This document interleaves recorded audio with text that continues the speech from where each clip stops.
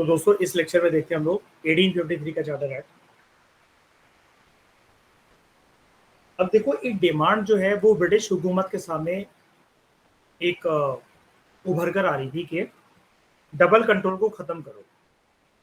British east India company ने बोला हम बहुत परेशान हैं, एक तौर पर हमें कोड ऑफ डायरेक्टर समझाते रहते हैं, दूसरे तौर पर हमें बोर्ड ऑफ कंट्रोल समझाता रहता है, हमें समझ में नहीं आता कि हम किसकी सुने। ये वाली दिक्कत हमने जब ये बॉडी बनी थी पहले भी डिस्कस करी थी ना, श्रेया याद है मॉर्निंग में, है ना। बोर्ड ऑफ डायरेक्टर्स तो कंपनी की गवर्निंग बॉडी है ना। लॉर्ड कॉर्नवालिस ने भी बोला था ये वाली बात।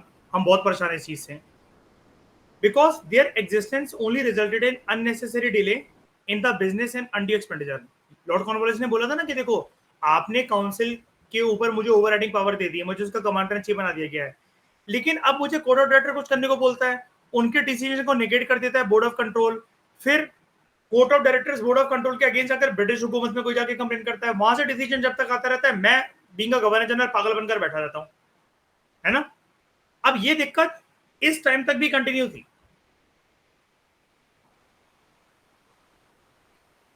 तो लेजिस्लेटिव मशीनरी जो एस्टैब्लिश करी गई under charter act of 1833 it was also failed to be inadequate. Legislative machinery कौन सी एस्टैब्लिश करी गई थी? लॉ कमीशन ऑफ इंडिया का होना और एक नए मेंबर का होना गवर्नर जनरल के काउंसिल में, लॉ मेंबर, है ना, भूल गए, law member to the executive council. Yes, कोई वोटिंग पावर नहीं थी उसके पास। A need was felt to constitutionally accommodate the newly acquired territories of Sindh and Punjab. और सिंध और पंजाब की कहानी याद है श्रेया? महाराजा रणजीत सिंह के टाइम की बात है, जब हम अभी प्रीवियस चैप्टर में इसको पढ़ रहे थे। आमिर थे ना वहाँ पे, आमिर हाँ। और Maharaja Ranjit Singh, Anglo war. Yes, Anglo Sikh war जो चले थे, ठीक है। There was a growing demand for the decentralisation of power. अभी तक पावर कैसी थी? सेंट्रलाइजिंग टेंडेंसी के साथ थी ना, जैसा कि हमने यहाँ पर डिस्कस करा था इसको। ये देखो, this act was the final step toward centralization British India. अब क्या करने की बात करी जा रही है? इस पावर को रिवर्स करने की बात करी जा रही है कि डिसेंट्रलाइजिंग टेंडेंसी को स्टार्ट करो। तो there was a growing demand for the decentralisation of powers and for giving the people of India a share in the administration of their own affairs. देखो पहले भी बात चली थी, लोगों का शेयर यहाँ पर होना चाहिए। और एक बात और बता दूं मैं, 1833 के बाद 20 साल का जो रिन्यू पॉलिसी थी वो खत्म होने जा रही थी। 19 साल हो चुके थे 1852 में, और 20वां साल जैसे ही आता है तो ये चार्टर एक्ट आता है 1853, ठीक है। तो मैं आपको बता रहा था यहाँ पर भारत के लोगों का, नेटिव लोगों का एक शेयर होना चाहिए इन the administration of their own affairs. Own affairs मतलब भारत के एडमिनिस्ट्रेशन में। ये वाली बात तो 1833 के चार्टर एक्ट में भी करी गई थी, है ना। ऑन द बेसिस ऑफ, याद है, no citizen shall be denied employment on the basis of religion, colour, birth. फिर सिविल सर्विस की बात करी गई थी, लेकिन वो वाली बातें मानी कहाँ गई थी। एक बारी ये वाली डिमांड फिर से उठी। अच्छा, इस वाली डिमांड को कौन रेस कर रहा था ब्रिटिश हुकूमत के सामने या फिर ईस्ट इंडिया कंपनी के सामने? इंडियंस, ठीक है, इंडियंस। रिफॉर्मर्स तो जो सोशल रिफॉर्म्स है उनको बताएंगे। लोगों का एडमिनिस्ट्रेशन के अंदर एक वो होना चाहिए, वर्चस्व होना चाहिए, उनका भी कुछ ना कुछ एक उनकी बातें भी मैटर करें। Nationalist, very good, nationalist. धीरे धीरे आगे करके शनि आपको पता है ना वो प्रोविंशियल गवर्नमेंट्स का भी पार्ट बने थे स्टेट लेवल पर। यस सर, ठीक है। तो British Indian association, Madras native association and Bombay association, they were all formed in 1852. अब यहां पर ये ऐसे एसोसिएशंस और ऐसी बॉडीज बनेंगी जो कि हिंदुस्तानियों के द्वारा बनाई जाएंगी, और इनकी एक पटिशन क्या होगी कि अपनी प्रोविंशियल गवर्नमेंट के अंदर हमें, यानी कि हिंदुस्तानियों को भी कुछ ना कुछ पोस्ट दो। जब कोई भी आपका बिल पास होता है, काइंड ऑफ, मतलब आप मान लो उस टाइम पर ये टर्म यूज नहीं होती थी, काइंड ऑफ जैसे विधानसभा या स्टेट लेजिस्लेटिव असेंबली से जैसे कोई भी बिल पास होता है, वहां पर एमएलए जैसी पोस्ट पर हिंदुस्तानियों को भी रखो, सिर्फ सारे के सारे अंग्रेजी चमड़ी वालों को मत रखो। तो British Indian association, Madras native association, Bombay association, they were all formed in 1852 and they sent separate petitions demanding greater participation in administration, complaining against expensive and incompetent administration and high taxation. यानी कि हिंदुस्तानी अब क्या हो रहे हैं, ब्रिटिश हुकूमत के खिलाफ जागरूक हो रहे हैं. अब देख रहे हो ये चीज धीरे धीरे करते करते श्रेया आग बबूला हो रहा है हिंदुस्तान 1852 में. वक्त बहुत पास है 1857 के लिए, 5 साल हैं बस. और ये जो चिढ़ है, जो फ्रस्ट्रेशन है अंग्रेजी हुकूमत के लिए, वो शुरू हो गई है ना. अब हिंदुस्तानी थोड़े बहुत आवाज उठाना शुरू कर रहे हैं अपनी. तो after 20 years of Act of 1833, the time approached for the renewal of the company charter in the form of Charter Act 1853. जैसा कि मैंने आपको बताया 20 साल कंप्लीट हो गए थे 1833 के एक्ट के बाद, तो फिर ये एक्ट आता है 1853 का. ठीक है, अब इसके सेलियंट फीचर्स क्या थे with respect to court of directors. Court of directors कौन थे? कंपनी की गवर्निंग बॉडी. इंग्लैंड के 24 थे ना अपने 24 थे. इंग्लैंड के अंदर चार्टर एक्ट ऑफ 1853 जब ये आया इंग्लैंड के अंदर, तो charter act of 1853 it reduce the number of directors of the company from 24 to 18. ठीक है, डिमांड क्या रखी गई थी गवर्नर जनरल की काउंसिल के द्वारा कि ये डबल कंट्रोल को खत्म करो. तो क्या कोर्ट ऑफ डायरेक्टर्स को अबॉलिश कर दिया गया? क्या अबॉलिश कर दिया गया? अबॉलिश नहीं कर दिया गया. उसको बोला गया ठीक है, ज्यादा लोग तुम्हारे 24 लोग सर के इर्द गिर्द खड़े होकर मंडराते रहते हैं, तुम्हें चै पे करते रहते हैं तुम्हारे सामने, हम उसका नंबर कम कर देते हैं. समझ गए?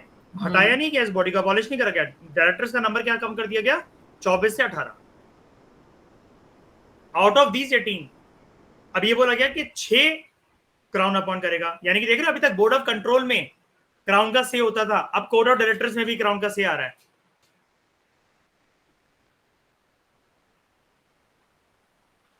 यानी कि जो प्राइवेट कंपनी वाले जो यहां पर जो डायरेक्टर्स होंगे वो कितने बचे? 18 में से अगर 6 जो क्राउन है अगर वो अपॉइंट कर रहा है तो कितने बचे? 12. क्लियर रहने वाली चीज मयूर. 18 - 6 = 12. Court of directors could create a new presidency और प्रोविंस. ये परमिशन को दे दी गई. अभी प्रीवियस एक्ट में कौन सी प्रेसिडेंसी एक बन गई थी, बनते बनते रह गई थी? Agra. The purpose was to administer large Indian territories of Britain. क्योंकि अब टाइम आ गया था ना, प्रीवियस एक्ट के अंदर देखो क्या है, आगरा बनते बनते इसलिए भी रह गई थी क्योंकि गवर्नर जनरल ऑफ बंगाल का डेजिग्नेशन जस्ट चेंज हुआ था गवर्नर जनरल ऑफ इंडिया. समझने के लिए 20 साल का समय तो लगा ही होगा ना उससे आराम से. अब चाहे कितने भी साल का समय लगाओ, नेक्स्ट चार्टर एक्ट तो देखो 20 साल के बाद ही आना है. अब ये बोला गया कि नई प्रेसिडेंसी वगैरह प्रोविंस अगर तुम्हें लगता है तुम रेडी हो इस चीज के लिए, बना डालो, करो उसको एडमिनिस्टर. और यहाँ पर आज तक इस वाले टाइम तक 1853 तक बात कर रहा हूं मैं, आज तक जो कह रहा हूं, आज तक अंग्रेजी हुकूमत का लालच किस चीज के दौड़ रहा है? इनको प्यार है इस इंडियन कंपनी से, कोर्ट ऑफ डायरेक्टर से, गवर्नर जनरल ऑफ इंडिया से? बताओ, इज्जत है कोई? नहीं. उनके मन में क्या लालच है? सिर्फ पैसा, तिजोरी बननी चाहिए हमारी. तो purpose was to administer large Indian territories of Britain. ये तो हो गया feature of the act of 1850, charter act of 1853 with respect to court of directors. अब नई प्रेसिडेंसी ऑफ प्रोविंस की जो बात करी गई, the act provided for the appointment of a separate governor for Bengal presidency. ठीक है, मतलब अभी भी किसको इंपॉर्टेंस दे रहे हैं? कौन सी प्रेसिडेंसी? आज तक, हाँ आज तक इनकी नजरों में बंगाल. तो it maintain that governor of Bengal should be distinct from the governor general of India who was to head administration of the whole of India. देख रहे हो, ये बोल दिया क्या अब साफ इस एक्ट में कि कंफ्यूज मत हो जाना. अब जो गवर्नर जनरल है वो गवर्नर जनरल ऑफ इंडिया है, उसकी सोल पावर है. अब चाहे तो वो बंगाल के गवर्नर का, जो बंगाल के गवर्नर की पावर को डिमिनिश कर सकता है, उसको हटा सकता है. क्या हुआ था जब ये गवर्नर जनरल ऑफ बंगाल की जो पोस्ट थी ना, इस पोस्ट का अपग्रेडेशन होकर क्या हो गया था? Governor general of India. तब से एक्चुअली श्रेया बंगाल के गवर्नर की पोस्ट खाली पड़ी हुई थी. बात ये है, समझ गए? In 1833 and 1853, two new provinces of Sindh and Punjab they were added.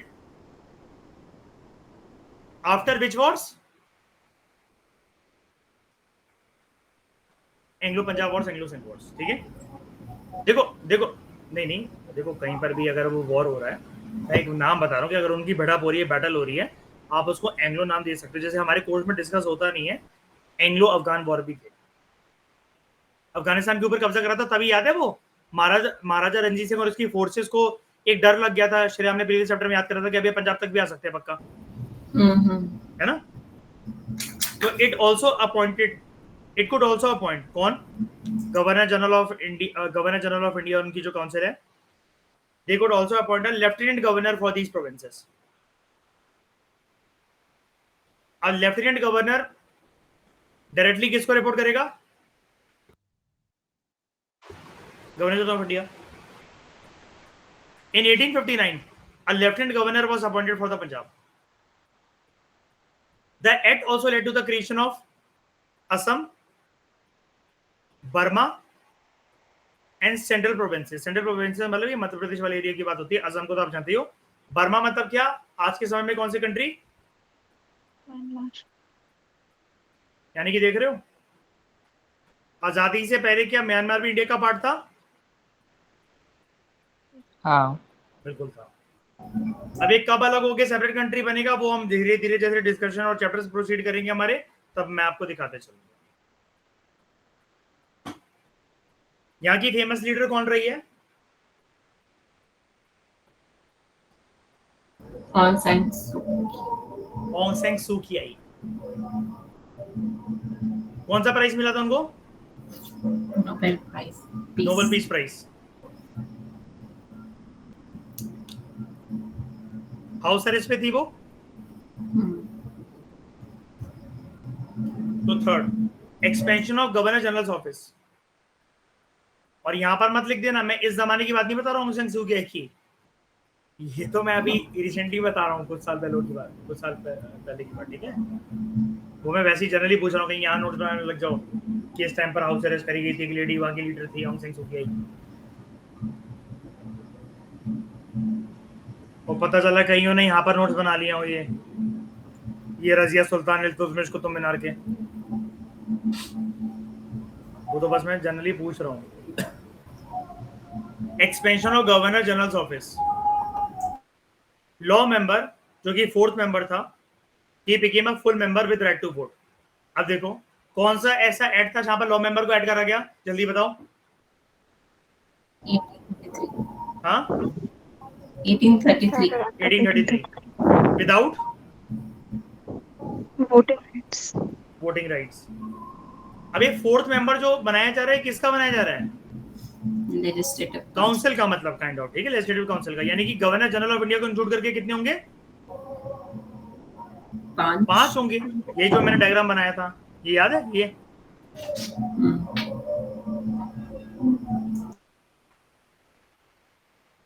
तो he was placed at an equal status with other members, ठीक है। उसके बाद गवर्नर जनरल की जो लेजिस्लेटिव काउंसिल थी, it was expanded from 6 members to 12 members। क्यों बोल रहा है? ये पुराने वाले 6 बोल रहा है। हाँ, ये 6 मेंबर थे, उसमें एक और होगा फिर मेरे ख्याल से, हमें यहाँ पर एक और लिख देना चाहिए। एक तो हटा दिया था ना इन्होंने, 4 से 3 कर नहीं, दिया आ गया था वो, हमने उसने मेंशन नहीं कर रखा प्रॉपर्ली, लेकिन अगर यहाँ पर 6 लिख रहा है तो ठीक है। 6 से 12 हो गई थी यहाँ, तो 6 मेंबर्स हैं अभी तो यहाँ पर। लेकिन ये जो बोल रहे हैं ना, जो ये फोर्थ मेंबर टोटल, एक्चुअली हाँ मैं बता रहा हूँ काउंसिल के अंदर टोटल कितने मेंबर्स हैं? 4 मेंबर है, 4 काउंसिल के अंदर, सिर्फ काउंसिल के अंदर, ठीक है। गवर्नर जनरल ऑफ इंडिया को इंक्लूड करके 5 मेंबर। बाद में एक और ऐड कर दिया गया था, मैं तभी यहाँ पर ऐड करके यहाँ पर बनाया मैंने, बाद में एक और ऐड कर दिया गया था, 6 हो गए थे टोटल। अब वो 6 से उठकर कितने हो गए? 12। यानी कि यहाँ पर क्या चल रहा है, गवर्नर जनरल के काउंसिल का एक्सपेंशन चल रहा है, क्योंकि इनकी कंप्लेंट क्या होती थी, हमारे पास पावर कम है और दिमाग खराब करने के लिए हमारे ऊपर कौन मंडराता है? और बोर्ड ऑफ कंट्रोल। इसकी लेजिस्लेटिव काउंसिल के अंदर 6 मेंबर्स है। क्या है, यहाँ पर लॉ मेंबर भी होगा, लेजिस्लेटिव काउंसिल की बात हो रही है अगर तो, हाँ अगर एग्जीक्यूटिव काउंसिल होती तो नहीं होते। कितने होते?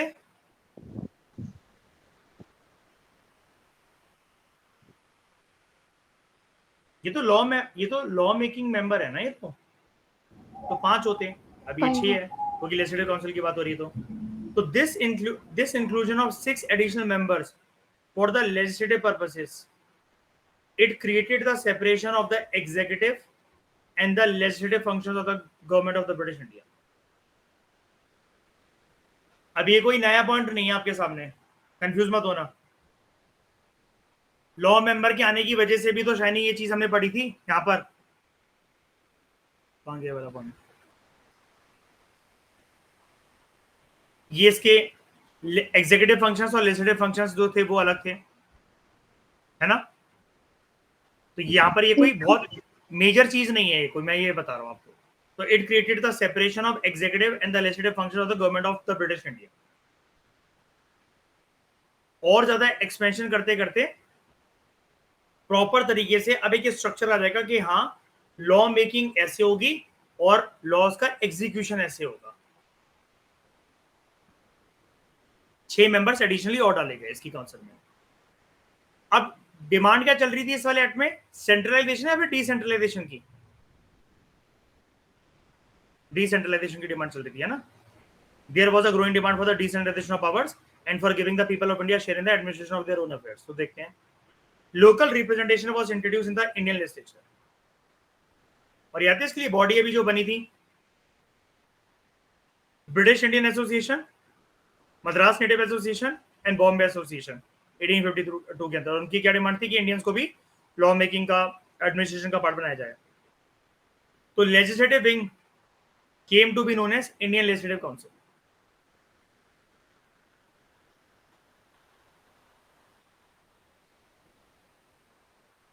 However, a law to be promulgated needed the assent of the Governor General of India, and the Governor General of India could veto any bill of the Legislative Council. इसका मतलब क्या है? He could veto any bill.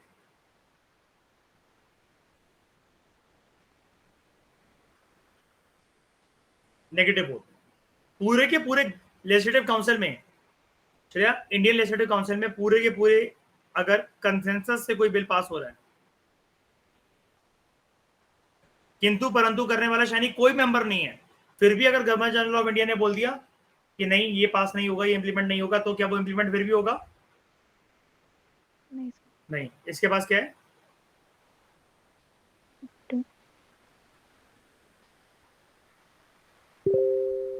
Overriding powers in the form of veto. UN में ऐसी कितनी countries हैं जिनके पास veto power है? 5। उन 5 को हम लोग क्या कहते हैं? Permanent member. Permanent members. कौन कौन सी है वो countries? USA, UK, Russia, China, France.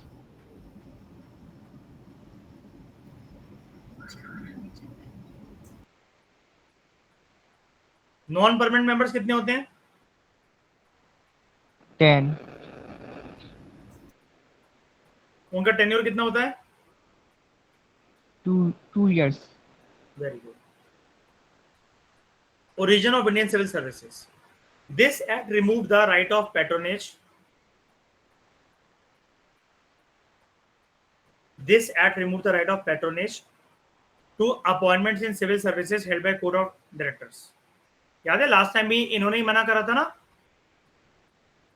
इनकी चलती थी, इन्होंने ही मना करा था ना। श्रेया ये देखो, ये it attempted to introduce a system of open competition for selection of civil servants and India should not be debarred from holding any place, office and employment. लेकिन कोर्ट ऑफ डायरेक्टर्स ने मना कर दिया था ना, आनाकानी इन्होंने ही करी थी ना। अब इनसे ये वाला राइट छीन लिया गया कि civil service, Indian civil service को इंट्रोड्यूस करा जा रहा है, कैसे क्या होगा क्या नहीं होगा उसके ऊपर कोई भी डिसाइड करेगा, तुम डिसाइड नहीं करोगे। अभी तक ये सिविल सर्वेंट्स की क्या करते थे? अपॉइंटमेंट करते थे। ये वाला राइट इनसे ले लिया गया। This act remove the right of patronage to appointments in civil services held by court of directors. Appointment was to be done only by open competition, यानी कि अब अपॉइंटमेंट ना होकर क्या होगा,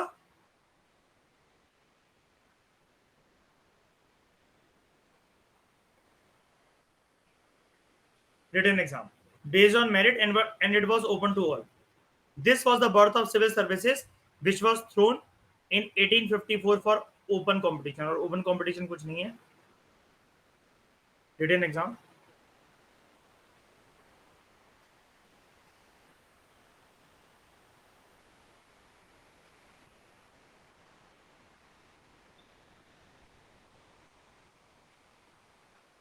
Everyone could participate.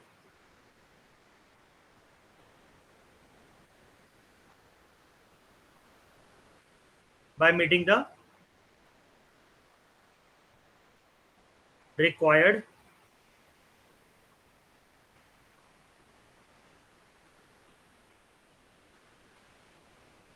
qualification and criteria. Qualification criteria को use करते हुए अगर आप सक्षम हो, फिट बैठते हो उन सारे आधारों पर, तो you can give civil service exam. लेकिन कहाँ जाना पड़ेगा इसके लिए?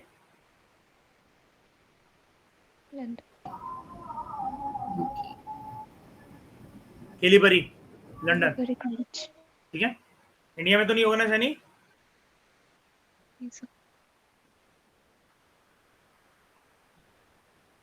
उसके बाद analysis. The act was a compromise between two conflicting demands. One for substitution of the company by the crown. Parliamentarian सभी भी डिमांड ये कर रहे थे क्या,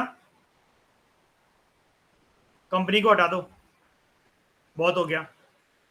and other for retention of the company, maintain करके रखो कि उनकी अच्छी खासी जो अथॉरिटी इंडियन टेरिटरी पे उसको चलने दो. तो it led the foundation of the rudimentary legislature which eventually developed into parliament, and more importantly it separated the legislative and the executive function. और कौन सा ये legislative या parliamentary wing आया? इंडियन लेजिस्लेटिव काउंसिल, है ना. अब क्या हिंदुस्तानी भी पार्ट बन सकते हैं लॉ मेकिंग प्रोसेस का? बन सकते हैं, इसकी डिमांड चली थी. लेकिन सिविल सर्विस वाली बात को तो एक्सेप्ट कर लिया गया.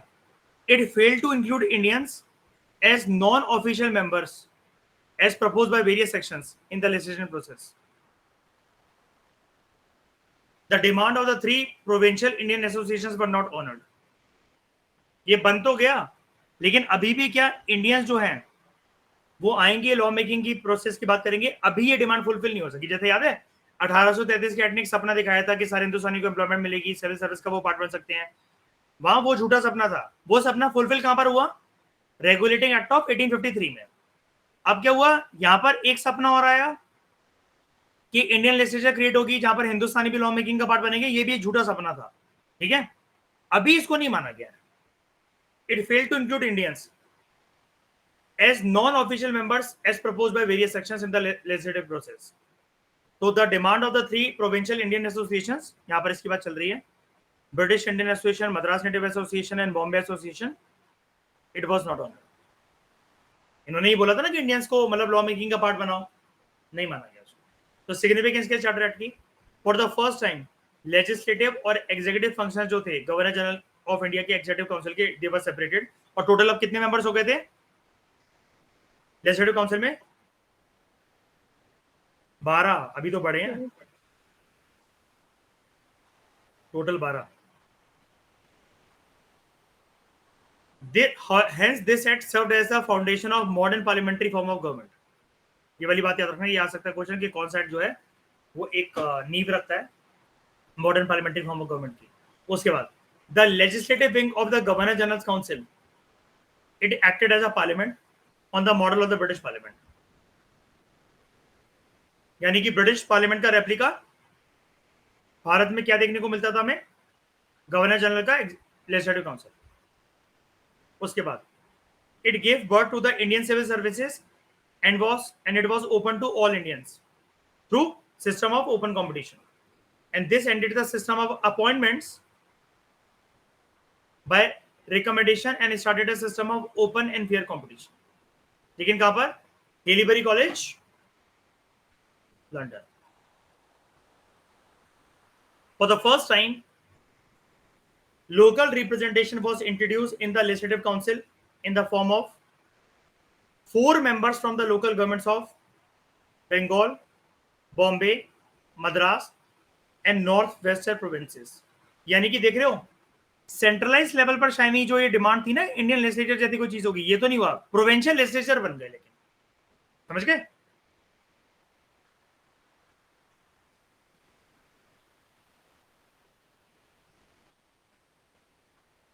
काइंड ऑफ आज के समय में वो कैसे रेप्लिका है?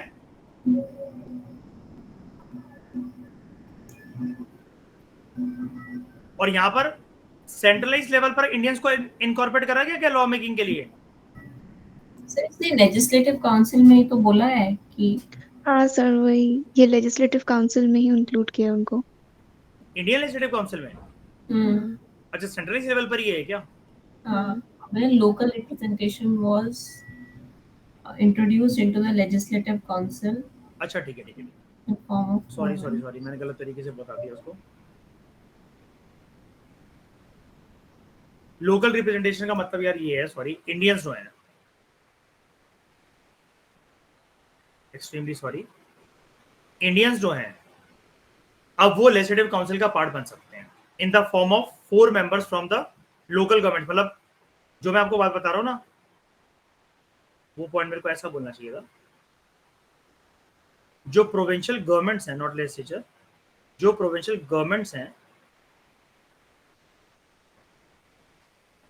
4 जगह से, बंगाल, बॉम्बे, मद्रास, इसके अलावा नॉर्थ वेस्ट प्रोविंसेस, इसको वैसे पूरे नाम से ऐसा बोला जाता था,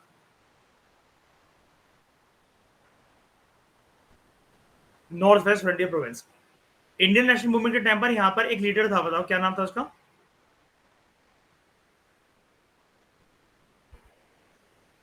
Abdul Gruffudd Khan. Very good, Khan Abdul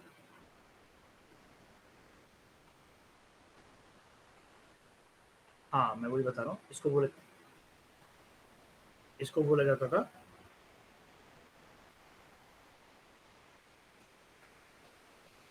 frontier Gandhi. और यहां पर इनकी फोर्सेस थी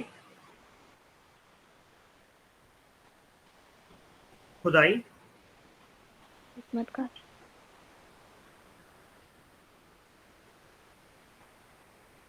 खिदमतगार्स। तो पहली बार लोकल रिप्रेजेंटेशन, इंडियंस का वर्चस्व देखने को मिलेगा हमें into the legislative council in the form of 4 members. 4 member लिए जाएंगे 4 जगह की प्रोविंशियल गवर्नमेंट से। बंगाल से एक आएगा बॉम्बे से, एक मद्रास से और एक NWFP से। सर यहाँ पे ना शायद इंडियंस को नहीं लिया था, मतलब लोकल रिप्रेजेंटेशन प्रोविंसेस से हुआ, लेकिन वो ब्रिटिशर्स ही थे। इंडियन को लिया गया था 1861 में। तो ये फिर लोकल रिप्रेजेंटेशन क्या है यार? मैं यहाँ तो पर मतलब प्रोविंसेस से आए लोकल। एक सेकंड रुको, मैं लक्ष्मी के अंदर उसको मर्ज तो नहीं कर रहा कहीं दूसरे वाले पॉइंट को।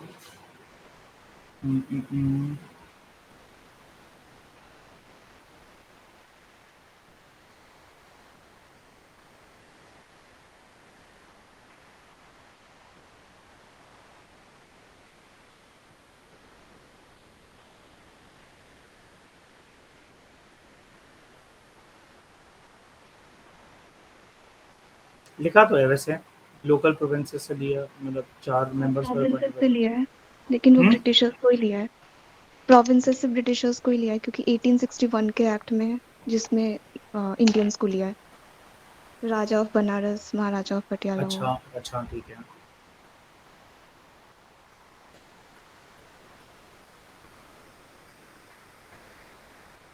अंग्रेजों को ही लिया था यहाँ से।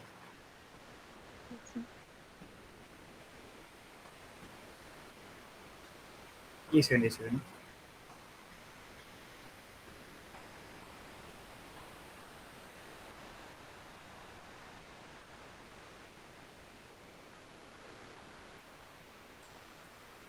यहाँ पर इंडियंस को नहीं लिया गया है, लिया गया है लोकल गवर्नमेंट से, लेकिन उठाया गया ब्रिटिशर्स को। बस बात ये जो लोकल रिप्रेजेंटेशन की हो रही है, ये एरियाज अब जो थे, जो प्रोविंसेस थी, ये रिप्रेजेंट होंगी लेजिस्लेटिव काउंसिल के अंदर, ठीक है।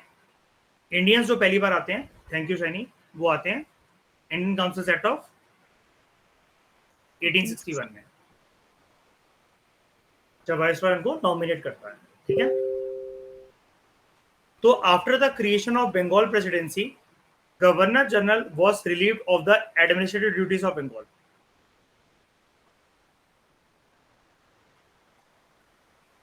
बंगाल प्रेसिडेंसी के बनने के बाद अब ये बंगाल प्रेसिडेंसी की अब दोबारा बन रही है?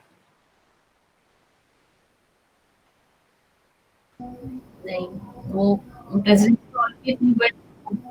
डिवाइड हो अभी गया। हाँ, अभी याद है कि अभी जो हमने पढ़ा था कि क्या कहते हैं, यहाँ पर पोस्ट जो खाली थी गवर्नर की, है ना, तो गवर्नर जनरल की, अब गवर्नर जनरल ऑफ बंगाल जैसी तो कोई पोस्ट थी नहीं, अब तो गवर्नर जनरल ऑफ इंडिया है ना। तो governor general was relieved of the administrative duties of Bengal and he was to devote his whole time to work for the government of India. अब बंगाल को छोड़ दो। तो चार्टर एक्ट 1853 जो है, it resulted in the beginning of parliamentary system in India through creation of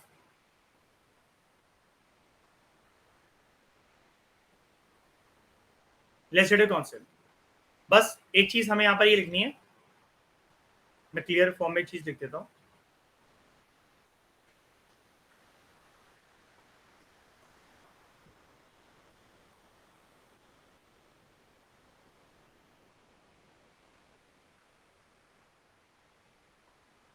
without representation of Indians and Indian representation. So it resulted in the beginning of parliamentary system in India. The Governor General Legislative Council. It was also known as mini parliament.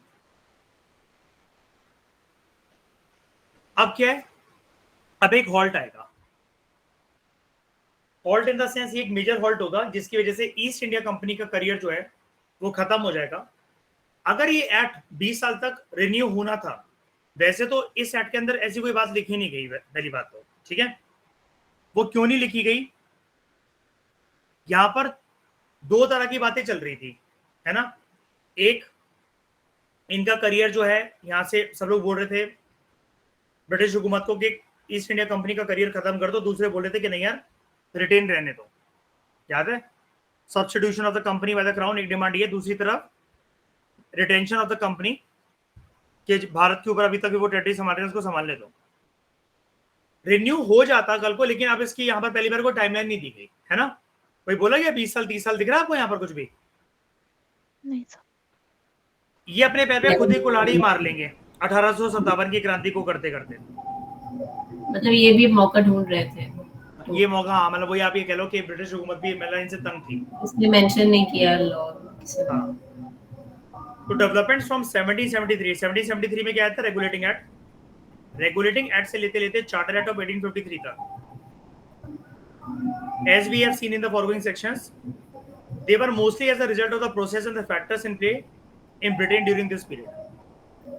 तो बड़े सारे जो changes थे, they were made either to further the British interest in India, ये मतलब वो अपनी powers को कैसे कंसोलिडेट करें और पावर्स के अलावा टेरिटरीज को कैसे कंसोलिडेट करके रखें। और बार बार याद है ब्रिटिश हुकूमत इनको एक बात बोलती थी कि तुम ये टेरिटरी जो हो ये होल्ड करके रख रहे हो in the name of his majesty, his heirs and his successors, and to honour the demands of various sections and ideologies dominating the British society, economy and polity, जिसमें अब इसमें जगह दे दी गई थी कुछ इंडियंस को,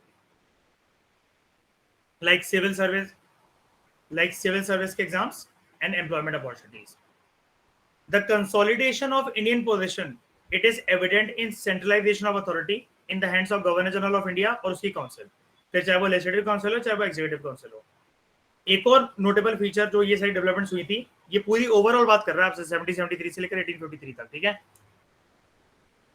वो ये था, it was during the period, another notable feature of the developments during the period was total exclusion of Indians। हालांकि कुछ हद तक वो आना शुरू हुआ चार्टर एक्ट ऑफ 1853 में, लेकिन it was not sufficient enough. हिंदुस्तानी कुछ नहीं थे, वो और ज्यादा चाह रहे थे, लाइक लॉ मेकिंग बॉडी का उनको पार्ट बनाया जाए, ये सब कुछ करा जाए। Even demands of the provincial Indian associations were rejected with contempt. साफ साफ नकार दिया गया उनको, जैसा कि आप यहाँ पर देख सकते हो, एक पॉइंट हमने पढ़ा था। British Indian association, Madras native association and Bombay association 1852 में फॉर्म हुई थी। They sent separate petitions demanding greater participation in administration of Indians, complaining against expensive administration, incompetent administration and high taxation. लेकिन उनकी डिमांड को नजरअंदाज कर दिया गया था। ये सारी की सारी जो डेवलपमेंट्स हो रही है in the formative stage of the British Empire in India, it laid the foundation of a system of governance which was modeled on British lines, with features such as civil laws interpreted by courts, primitive form of legislature like Indian legislature, legislative councils, and principle of separation. Separation क्या? Separation of powers. जैसा कि आप regulating act 1853 में देख लो, जो कि ये बात कर रहा था, ये for the first time legislative and executive function of the governor general's council were separated. जब ये 6 और मेंबर्स यहाँ पर डाले गए तब। अब हम एक बार के लिए इसको यहाँ से देखते हैं, लक्ष्मीकांत से, चार्टर एक्ट ऑफ 1853।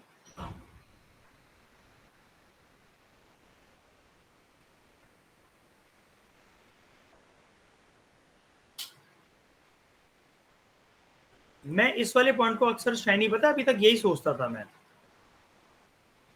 कि ये जो प्रोविंशियल उसकी बात चल रही है कि हाँ कुछ ना कुछ वहां से ना मतलब जगह दी गई होगी। वो अभी आपने मुझे बताया अच्छा कि हाँ 61 में ऐसा पहली बार हुआ था ना। मुझे लगा जाते जाते एक बार के लिए जैसे सिविल सर्विस को ओपन कर दिया कि एम्प्लॉयमेंट को ओपन कर दिया कि तो वो इन 4 राज्यों से हिंदुस्तानी को जगह दे दी जाती थी, क्योंकि यहाँ पर क्योंकि ब्रिटिश और इंडियंस स्पेसिफाई करके नहीं लिखा हुआ है ना ये, पर पक्की बात मुझे बता रहे हो ना? Yes sir. चलो थैंक यू, अभी तक मैं यही सोचता था इसका।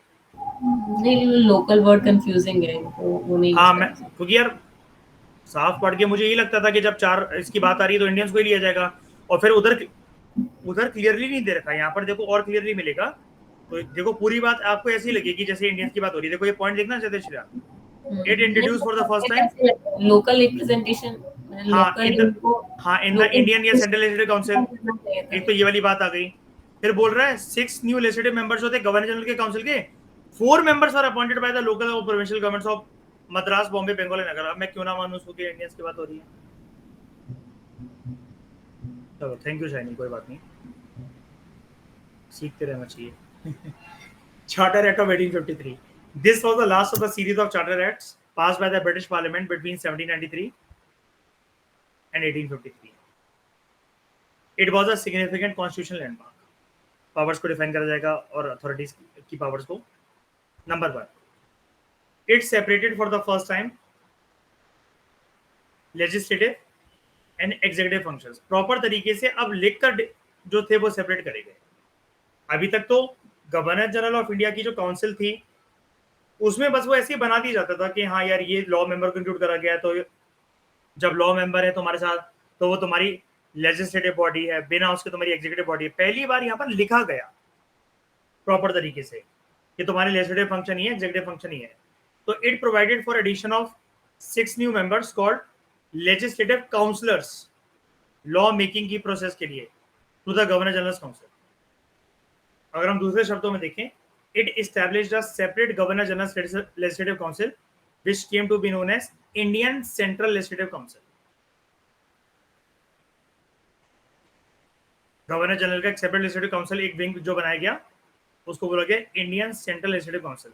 बस इसी पॉइंट को करेंट करते करते लास्ट पॉइंट से ना मुझे लगता था कि हिंदुस्तानी को लिया जाता है इसके अंदर। This legislative wing of the council functioned as mini parliament.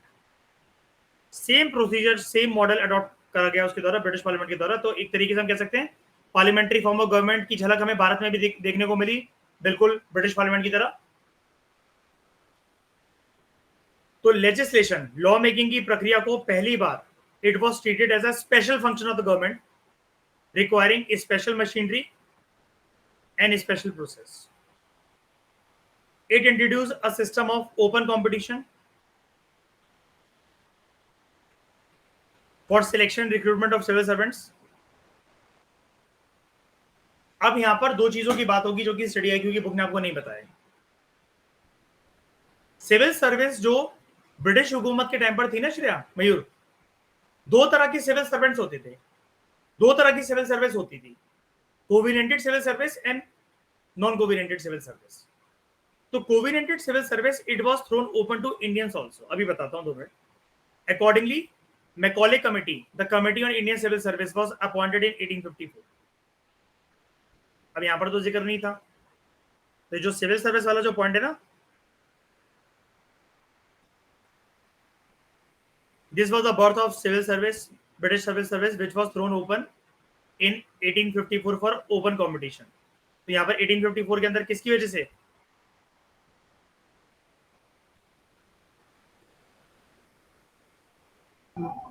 ये भी इसका गवर्नर जनरल नहीं, ऑफ लॉर्ड इंडिया। मैकॉले नहीं, कमेटी बनी थी। एक मेरे को एक बात बतानी थी, कहां गया वो? हाँ, ये वाला पॉइंट।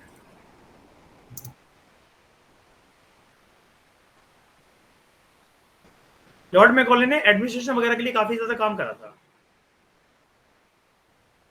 तो at that time civil service of the company were classified into covenanted civil services जो थी higher civil services, and non uncovenanted या फिर non covenanted civil services lower civil services. इसको आप ऐसा मान लो स्टेट पीसीएस, इसको मान लो यूपीएससी।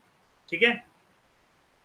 जो कोविनेंटेड सिविल सर्विस थी they were created by law of the company,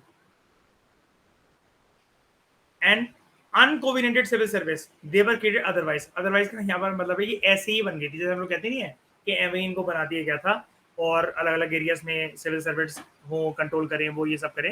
लेकिन प्रॉपर जो ब्रिटिश ईस्ट इंडिया कंपनी के लॉ से, कानून के दायरे से जो बनी थी वो थी covenanted civil service, higher civil service. पहले इसमें इंडियंस को नहीं लिया जाता था। ये वाला पॉइंट कहाँ था, एक मिनट। तो covenanted civil service it was thrown open to Indians also. It extended the company's rule and allowed it to retain the possession of Indian territories on trust for the British crown। हर एक act में ये वाला point repeated है, देख रहे हो, हर एक act में। लेकिन अब स्पेशल बात क्या है मयूर, देख रहे हो, प्रीवियस चार्टर एक्ट्स की तरह it did not specify any particular period under previous charters. पहले प्रीवियस चार्टर्स में कितना टेन्योर जो था वो चलता था? 20 ईयर। 20 साल का। तो there was a clear indication that company's rule could be terminated at any time the parliament liked, British parliament liked. So it introduced for the first time local representation in the Indian या Central Legislative Council। Governor general के legislative council में ये जो 6 नए members थे ना, तो 4 members were appointed by local और प्रोविंशियल गवर्नमेंट्स। इनको रोल दिया गया कि हाँ तुम अपॉइंट करके भेजो तुम्हें जो बंदा ठीक लगता है। मद्रास, बॉम्बे, बंगाल एंड आगरा।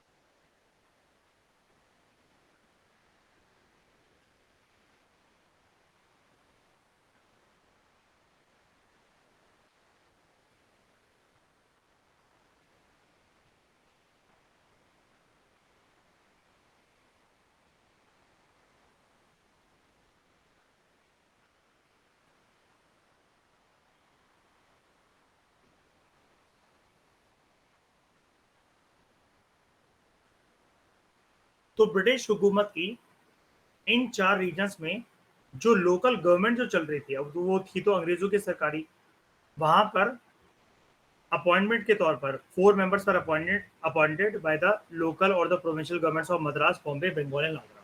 ठीक है, यहाँ से आए थे 4 मेंबर्स और टोटल 6 नए मेंबर्स जो थे, लेजिस्लेटिव मेंबर्स जो थे, वो गवर्नर जनरल की काउंसिल में डाले गए थे, taking its number from 6 to total how many members? 12. ठीक है, अब ये वाला जो चैप्टर है दोस्तों स्टडी आईक्यू की बुक में से, ठीक है, एक बात याद रखना,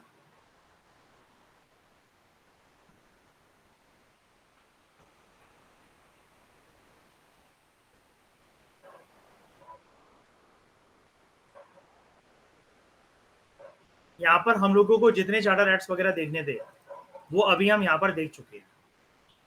1857 की ये बुक बहुत ऑर्गेनाइज फॉर्म में लिखी गई है। 1857 की जब ये क्रांति होगी उसके बाद जो एक्ट आएंगे ये आपको बताता चलेगा, जैसे ये ना structure of the government and economic policy of the British empire. अब चार्टर एक्ट ऑफ 1853 तक तो आपने कहानी देख ली है, अब ये कुछ अदर एंगल के बारे में बात करेगा, लाइक इंडस्ट्रियल रेवोल्यूशन, ब्रिटिश की कमर्शियल पॉलिसी वगैरह। अब ये एक्ट्स वगैरह यहाँ पर खत्म। अब यहां से लेकर गवर्नमेंट ऑफ इंडिया 1858 से लेकर जो पूरी की पूरी जो कहानी है, लक्ष्मीकांत तो पहले चैप्टर के अंदर सब कुछ एक साथ ही दे देता है, ये तो रट्टा मारने वाली बात है। हम प्रॉपर इसको अलग कंटेक्स्ट के अंदर समझेंगे। जितने अभी तक ये 1st से 4th चैप्टर तक डिस्कस करवाते हुए हमें आए, सारे कंटेक्स्ट के अंदर जितने भी एक्ट्स जो बनते थे हमें दे चुका है। अब थोड़ी सी ये एडिशनल एनालिसिस देगा हमें चैप्टर, उसके बाद कुछ चैप्टर्स के बाद जाकर फिर हमें ये गवर्नमेंट ऑफ इंडिया 1858 से लेकर इंडियन इंडिपेंडेंस एक्ट 1947 तक की कहानी बताएगा फिर। ठीक है, तो फिलहाल इस डिस्कशन में इतना ही। अब हमें लक्ष्मीकांत की इसके बाद अभी हाल फिलहाल में कोई नीड नहीं है। अभी आप जब भी ये वाला चैप्टर पढ़ो तो लक्ष्मीकांत को यूज करना टिल चार्टर एक्ट ऑफ 1853 होंगे। तो इस डिस्कशन में फिलहाल इतना ही। Thank you very much for discussion.